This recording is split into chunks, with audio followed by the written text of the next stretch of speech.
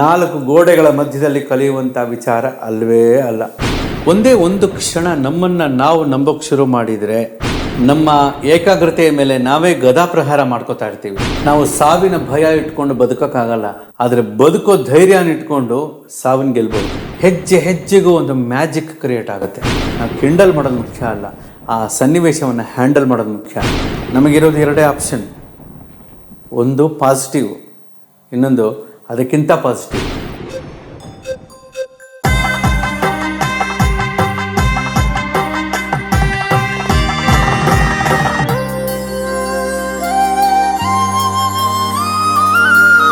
ನಮಸ್ಕಾರ.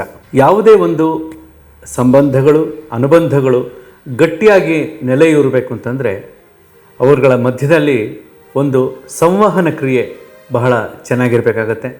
ಅಂದರೆ ಕಮ್ಯುನಿಕೇಷನ್.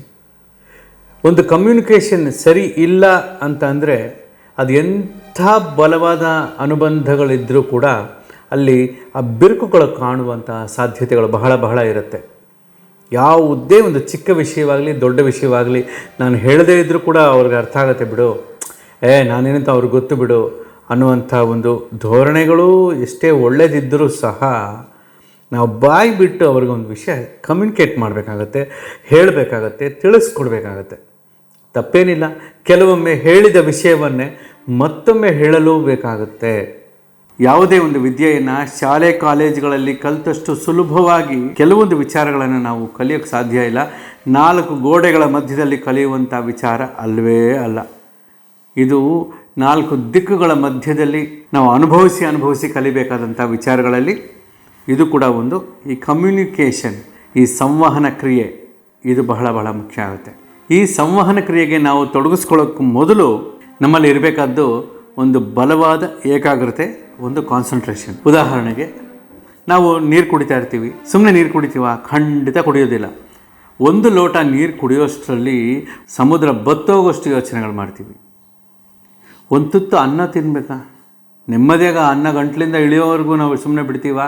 ಬಾಯೊಳಗೆ ಅನ್ನ ತುತ್ತೋಗಿ ಗಂಟಲಿಂದ ಎದೆ ದಾಟಿ ಹೊಟ್ಟೆ ಸೇರುವಷ್ಟರಲ್ಲಿ ಇಡೀ ವಿಶ್ವ ಪರ್ಯಟನೆ ಮಾಡಿ ಬಂದುಬಿಟ್ಟಿರ್ತೀವಿ. ಬೇರೆಯವ್ರ ಬಗ್ಗೆ ಮಾತಾಡದೆ, ಬೇರೆ ಚಿಂತೆಗಳನ್ನು ಮಾಡದೆ, ಅನಾವಶ್ಯಕ ವಿಷಯಗಳ ಬಗ್ಗೆ ತಲೆ ಕೆಡಿಸ್ಕೊಳ್ಳದೆ ನಿರಾಳವಾಗಿ ಯಾವತ್ತಾದರೂ ನಾವು ಒಂದು ಲೋಟ ನೀರು ಕುಡಿದಿದ್ದೀವ?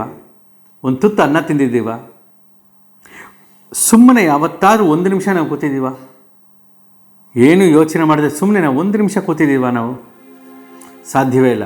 ನಾವು ಕುಡಿಯುವ ಒಂದೊಂದು ಹನಿ ನೀರು ಕೂಡ ನಾವು ಏನು ಯೋಚಿಸ್ತೀವಿ ಅದಕ್ಕೆ ತಕ್ಕಂಥ ಗುಣವಿಶೇಷಣಗಳನ್ನೇ ನಮ್ಮಲ್ಲಿ ತುಂಬೋದು. ನಾವು ತಿನ್ನೋ ಒಂದೊಂದು ಅಗಳು ಕೂಡ, ಒಂದೊಂದು ಕಣಕಣ ಆಹಾರ ಕೂಡ ಅದನ್ನು ಸೇವಿಸುವಾಗ ಏನು ಯೋಚಿಸ್ತೀವಿ ಅದಕ್ಕೆ ತಕ್ಕ ಹಾಗೆ ಗುಣವಿಶೇಷಣಗಳೇ ನಮ್ಮ ದೇಹದಲ್ಲಿ ಸೇರಿಕೊಳ್ಳೋದು. ನಾವು ಉಸಿರಾಡೋ ಒಂದೊಂದು ಗಾಳಿನೂ ಕೂಡ ಏನು ಚಿಂತಿಸ್ತಾ ನಾವು ಉಸಿರಾಡ್ತೀವಿ ಅದೇ ನಮ್ಮ ದೇಹ ಪೂರ್ತಿ, ನಮ್ಮ ಹೃದಯ ಪೂರ್ತಿ, ನಮ್ಮ ಮಿದುಳು ಪೂರ್ತಿ ವ್ಯಾಪಿಸ್ಕೊಳ್ಳೋವಂಥದ್ದು. ಯಾವಾಗ ನಾವು ಕುಡಿಯುವ ನೀರು, ತಿನ್ನುವ ಆಹಾರ, ಸೇವಿಸುವ ಗಾಳಿ ನಮ್ಮ ದೇಹಕ್ಕೆ ಸರಿಯಾಗಿ ಒಗ್ಗೋದಿಲ್ವೋ ದೇಹ ತನ್ನ ಮೇಲೆ ತನ್ನ ಹಿಡಿತವನ್ನು ಕಳ್ಕೊಳ್ಳುತ್ತೆ. ದೇಹ ಯಾವಾಗ ತನ್ನ ಮೇಲೆ ತನ್ನ ಹಿಡಿತವನ್ನು ಕಳ್ಕೊಳ್ತಾ ಹೋಗುತ್ತೋ ಮನಸ್ಸು ವಿಚಲಿತವಾಗ್ತಾ ಹೋಗುತ್ತೆ. ಮನಸ್ಸು ಯಾವಾಗ ವಿಚಲಿತವಾಗುತ್ತೆ ದೇಹ ತನ್ನ ಮೇಲಿನ ಗಟ್ಟಿತನವನ್ನು ಕಳ್ಕೊಳ್ಳುತ್ತೆ. ಯಾವುದೇ ವಿಷಯಗಳನ್ನು ನಾವು ಕಿವಿಗೆ ಹಾಕ್ಕೊಳ್ತೀವಿ ಅಂತಂದರೆ ಕಿವಿಗೆ ಹೋಗೋ ವಿಷಯಗಳು ಏನೇ ಆಗಿದ್ದರೂ ಕೂಡ ಅದು ಹೋಗೋ ಸಮಯದಲ್ಲಿ ನಾವು ಏನು ಯೋಚಿಸ್ತಾ ಇರ್ತೀವಿ ಅದಕ್ಕೆ ತಕ್ಕ ಹಾಗೆ ಅದು ತನ್ನ ವ್ಯಾಕರಣವನ್ನು ಬದಲಾಯಿಸ್ಕೊಳ್ಳುತ್ತೆ. ದೇಹದ ಒಳಗೆ ಅದು ಹೋಗುವಂಥ ತರಂಗಗಳ ವ್ಯಾಕರಣ, ಅಲೆಗಳ ವ್ಯಾಕರಣ, ಆ ಕಲರವಗಳ ವ್ಯಾಕರಣ ಬದಲಾಗುತ್ತೆ. ಆಟೋಮೆಟಿಕ್ಕಾಗಿ ನಾವಾಗಿರೋದಿಲ್ಲ. ಇದಕ್ಕೆಲ್ಲ ಮುಖ್ಯವಾದ ಕಾರಣ ಏನು ಅಂತಂದರೆ ನಮ್ಮ ಏಕಾಗ್ರತೆಯ ಕೊರತೆ. ಹೀಗಿರುವಾಗ ನಾವು ಉಸಿರಾಡೋ ಒಂದೊಂದು ಕ್ಷಣವೂ ಕೂಡ ನಾವು ಕರೆಕ್ಟಾಗಿ ಉಸಿರಾಡ್ತಿದ್ದೀವ ಅನ್ನೋದನ್ನು ನಾವು ಗಮನಿಸ್ಕೊಂಡ್ಬಿಟ್ರೆ ಸಾಕು, ಅದು ಬೆಸ್ಟ್ ಪ್ರಾಣಾಯಾಮ. ನಮ್ಮ ಒಳಗೆ ಓಡಾಡುವ ಉಸಿರನ್ನು ನಾವು ಓದೋಕ್ಕೆ ಶುರು ಮಾಡಿದರೆ ನಮ್ಮ ಅಂತರಂಗದಲ್ಲಿ ಒಂದು ಅದ್ಭುತಗಳನ್ನು ನಾವು ಬರೆಯೋಕ್ಕೆ ಶುರು ಮಾಡ್ತೀವಿ. ಈ ಪ್ರಾಣಾಯಾಮ ಪ್ರಕ್ರಿಯೆ ನಮ್ಮ ಹೃದಯದಲ್ಲಿ ಒಂದು ಹೊಸದಾದಂಥ ಒಂದು ಸಕ್ರಿಯತೆಯನ್ನು ಶುರು ಮಾಡುತ್ತೆ. ಈ ಪ್ರಪಂಚದಲ್ಲಿ ಲಕ್ಷಾಂತರ ಕಥೆಗಳಿದೆ. ಎಲ್ಲ ಕಥೆಗಳನ್ನು ಮೀರಿದಂಥ ಒಂದು ಅದ್ಭುತ ಕಥೆ ಯಾವುದು ಅಂದರೆ ವಾಸ್ತವಿಕತೆ. ಈ ವಾಸ್ತವಿಕತೆಯಲ್ಲಿ ನಾವು ಬದುಕಬೇಕು ಅಂದರೆ ನಮಗೆ ಒಂದು ಏಕಾಗ್ರತೆ ಅನ್ನೋದು ನಮ್ಮಲ್ಲಿ ಸದಾ ಒಡಮೂಡಬೇಕಾಗತ್ತೆ. ಆ ಏಕಾಗ್ರತೆಯನ್ನು ಸಾಧಿಸೋಕೆ ಏನು ಮಾಡಬೇಕು ಅಂತಂದರೆ ಮುಖ್ಯವಾಗಿ ಅನಾವಶ್ಯಕವಾದ ಚಿಂತೆಗಳನ್ನು ಬಿಡಬೇಕಾಗತ್ತೆ. ಪ್ರತಿಯೊಂದರ ಮೇಲೂ ಪರಿಣಾಮ ಆಗೋದು ಕೇವಲ ನಮ್ಮ ಯೋಚನೆಗಳು. ಕೇವಲ ನಾವು ಯಾವುದ್ರ ಬಗ್ಗೆ ಚಿಂತೆ ಮಾಡ್ತೀವಿ, ಯಾವುದ್ರ ಬಗ್ಗೆ ಚಿಂತನೆ ಮಾಡ್ತೀವಿ ಅನ್ನೋದ್ರ ಮೇಲೇ ಪ್ರತಿಯೊಂದು ಕೂಡ ಅಡಕವಾಗುತ್ತೆ, ಪ್ರತಿಯೊಂದು ಕೂಡ ನಿರ್ಧಾರವಾಗುತ್ತೆ. ನಾವು ಒಳ್ಳೆಯದನ್ನೇ ಯೋಚನೆ ಮಾಡಿಕೊಂಡು ಒಳ್ಳೆಯದನ್ನೇ ಸೇವಿಸ್ತಾ ಬಂದರೆ, ಒಳ್ಳೆಯದನ್ನೇ ಯೋಚನೆ ಮಾಡಿಕೊಂಡು ಒಳ್ಳೆಯದನ್ನೇ ಮಾತಾಡ್ತಾ ಬಂದರೆ, ಒಳ್ಳೆಯದನ್ನೇ ಯೋಚನೆ ಮಾಡಿಕೊಂಡು ಒಳ್ಳೆಯದನ್ನೇ ಕೇಳ್ತಾ ಬಂದರೆ, ಒಳ್ಳೆಯದನ್ನೇ ಯೋಚನೆ ಮಾಡಿಕೊಂಡು ಒಳ್ಳೆಯದನ್ನೇ ನಾವು ಹಂಚ್ತಾ ಬಂದರೆ ಪ್ರತಿಯೊಂದು ಕೂಡ ಒಳ್ಳೆಯದೇ ನಡೆಯುತ್ತೆ. ಇದು ನಮಗೆ ಬರಬೇಕು ಅಂತಂದರೆ ನಾವು ಏನು ಮಾಡ್ತಿದ್ದೀವಿ ಅನ್ನೋದ್ರ ಬಗ್ಗೆ ನಮಗೊಂದು ಗಮನ ಇರಬೇಕು. ಆ ಗಮನದ ಉತ್ತುಂಗವೇ ಒಂದು ಏಕಾಗ್ರತೆ. ನಮಗೆ ಯಾವುದೇ ಒಂದು ರೀತಿಯಲ್ಲಿ ಒಂದು ಒಳ್ಳೆಯ ಅವಕಾಶಗಳು ಬಂದರೆ ನಾವು ಕರೆಕ್ಟಾಗಿ ಒಂದು ಟೈಮ್ ಟೇಬಲ್ ಹಾಕ್ಕೊಂಡು ಕೆಲಸ ಮಾಡಬೇಕು. ನಮಗೆ ಅವಕಾಶಗಳೇ ಬರದೇ ಇದ್ದಾಗ ಟೈಮ್ ಸೆನ್ಸ್ ಇಲ್ಲದೆ ಕೆಲಸ ಮಾಡಬೇಕು. ನಮಗಿರೋದು ಎರಡೇ ಆಪ್ಷನ್, ಒಂದು ಪಾಸಿಟಿವ್, ಇನ್ನೊಂದು ಅದಕ್ಕಿಂತ ಪಾಸಿಟಿವ್. ಇವೆರಡರ ಮಧ್ಯ ನೆಗೆಟಿವ್ ಅನ್ನೋ ಪದ ಬರಲೇಬಾರ್ದು.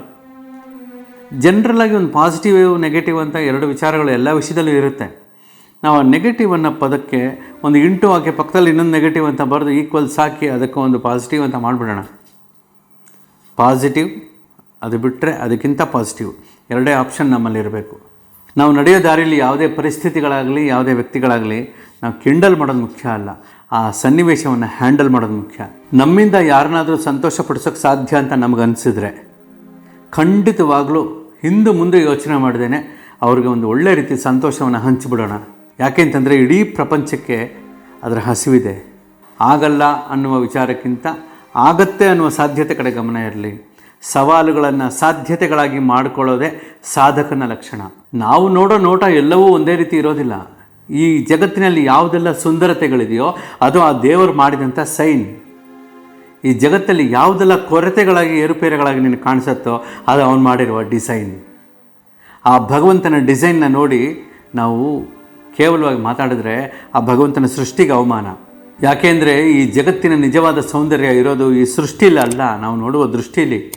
ನಾವು ಸಾವಿನ ಭಯ ಇಟ್ಕೊಂಡು ಬದುಕೋಕ್ಕಾಗಲ್ಲ, ಆದರೆ ಬದುಕೋ ಧೈರ್ಯನ ಇಟ್ಕೊಂಡು ಸಾವಿನ ಗೆಲ್ಲಬಹುದು. ಒಂದು ಗಮನ ಮತ್ತು ಒಂದು ಏಕಾಗ್ರತೆಯನ್ನು ನಾವು ಭದ್ರವಾಗಿ ಇಟ್ಕೊಂಡು ಗೆಲುವಿನ ಕಡೆ ಪ್ರಯತ್ನ ಮಾಡೋಣ, ನಾವು ಗೆದ್ದೇ ಗೆಲ್ತೀವಿ. ಮನುಷ್ಯ ಯಾವತ್ತೂ ಕೂಡ ಸೋತಾಗ ನಾ ಗೆಲ್ತೀನಿ ಅನ್ನೋ ಒಂದು ಕಾನ್ಫಿಡೆನ್ಸ್ ಇಟ್ಕೊಂಡ್ರೆ ಸಾಕು, ಅವನ ಅರ್ಧ ಗೆದ್ದಂಗೆ. ಹಾಗೆ ಗೆದ್ದಾಗ ನಾನು ಸೋತಿದ್ದಕ್ಕೆ ಗೆದ್ದಿರೋದು ಅನ್ನೋ ಒಂದು ನಂಬಿಕೆ ಇಟ್ಕೊಂಡ್ರೆ ಸಾಕು, ಅವನು ಇನ್ನೂ 10 ಹೆಜ್ಜೆ ಮುಂದೆ ಗೆದ್ದಂಗೆ. ಹಾಗೆ ನೋಡಿದ್ರೆ ಈ ಪ್ರಪಂಚದಲ್ಲಿ ಪ್ರತಿಯೊಬ್ಬರಿಗೂ ಕೂಡ ಎದೆ ತುಂಬ ಅಬ್ರ, ತಲೆ ತುಂಬ ಗೊಬ್ಬರ, ಸಾಲದಕ್ಕೆ ಹಣದುಬ್ರ. ನಮ್ಮ ಏಕಾಗ್ರತೆಯ ಮೇಲೆ ನಾವೇ ಗದಾ ಪ್ರಹಾರ ಮಾಡ್ಕೋತಾ ಇರ್ತೀವಿ, ನಾವೇ ಸುತ್ತಿ ತೊಗೊಂಡು ಹೊಡ್ಕೋತಾ ಇರ್ತೀವಿ ನಮ್ಮ ಏಕಾಗ್ರತೆಯ ಮೇಲೆ. ಕಾರಣ ಏನು ಅಂತಂದರೆ ನಮ್ಮ ಮೇಲೆ ನಮಗೆ ಭರವಸೆ ಇಲ್ಲದೆ ಇರೋದು, ನಮ್ಮ ಮೇಲೆ ನಮಗೆ ನಂಬಿಕೆ ಇಲ್ಲದೆ ಇರೋದು. ಒಂದೇ ಒಂದು ಕ್ಷಣ ನಮ್ಮನ್ನು ನಾವು ನಂಬೋಕ್ಕೆ ಶುರು ಮಾಡಿದರೆ, ನಮ್ಮ ಮೇಲೆ ನಾವು ಭರವಸೆ ಇಟ್ಕೊಂಡ್ರೆ, ನಮ್ಮ ಮೇಲೆ ನಾವು ನಂಬಿಕೆ ಇಟ್ಕೊಂಡ್ರೆ ಅದು ಎಂಥೆಂಥ ಅದ್ಭುತಗಳು ನಮ್ಮ ಜೀವನದಲ್ಲಿ ನಡೆಯುತ್ತೆ, ಎಂಥೆಂಥ ವಿಸ್ಮಯಗಳು ನಡೆಯುತ್ತೆ ಅಂತಂದರೆ ಹೆಜ್ಜೆ ಹೆಜ್ಜೆಗೂ ಒಂದು ಮ್ಯಾಜಿಕ್ ಕ್ರಿಯೇಟ್ ಆಗುತ್ತೆ. ಬಿತ್ತಿದ್ದೆ ಬೆಳೆಯೋದು, ಬೆಳೆದಿದ್ದೆ ತಿನ್ನೋದು, ತಿಂದಿದ್ದೆ ತೇಗೋದು, ತೇಗಿದ್ದೆ ಏಗೋದು, ಹೇಗಿದ್ದೆ ಸಾಗೋದು, ಸಾಗದಂಗೆ ಆಗೋದು. ಇದಕ್ಕೆ ಮುಂಚೆ ನಮ್ಮ ಮನಸ್ಸು ಸರಿಯಾಗಿ ಮಾಗೋದು ಬಹಳ ಬಹಳ ಮುಖ್ಯ ಆಗುತ್ತೆ. ಆ ರೀತಿ ಆದರೆ ಖಂಡಿತವಾಗಲೂ ಎಲ್ಲ ಸರಿ ಹೋಗುತ್ತೆ. ಒಳ್ಳೆಯದನ್ನು ಯೋಚನೆ ಮಾಡೋಣ, ಗೆಲುವಿನ ಕಡೆ ಗಮನ ಇಟ್ಕೊಳ್ಳೋಣ. ಎದೆಯಲ್ಲಿ ಒಲವು ತುಂಬಿರಲಿ, ಪ್ರತಿ ಹೆಜ್ಜೆಯಲ್ಲೂ ಗೆಲುವು ತುಂಬಿರಲಿ. ಪ್ರತಿ ದಿನಕ್ಕೆ 10 ಗಿಡಕ್ಕೆ ನೀರು ಹಾಕೋ ಮನಸ್ಸು, ವಾರಕ್ಕೆ ಒಂದಾದರೂ ಗಿಡ ನೆಡುವ ಇಚ್ಛೆ, 10 ದಿನಕ್ಕೆ ಒಮ್ಮೆಯಾದರೂ ನಮ್ಮ ಒಂದು ದಿನದ ಊಟ, ಒಂದು ಹೊತ್ತಿನ ಊಟ ಅದು ಇಲ್ಲದವರಿಗೆ ಕೊಡುವ ಒಂದು ಉದಾರತೆ, ಇಂಥದ್ದನ್ನೆಲ್ಲ ನಾವು ಒಂದು ಪಟ್ಟಿ ಮಾಡಿಕೊಂಡು ಒಂದು ತಿಂಗಳಿಗೆ ಆಗೋಷ್ಟು ಟೈಮ್ ಟೇಬಲ್ ಮಾಡಿಕೊಂಡು ಕರೆಕ್ಟಾಗಿ ಅದನ್ನು ನಾವು ಹಂಚ್ಕೊಂಡು ಹೋಗ್ಬಿಟ್ರೆ ಸಾಕು, ಅದ್ಭುತಗಳು ನಡೆಯುತ್ತೆ.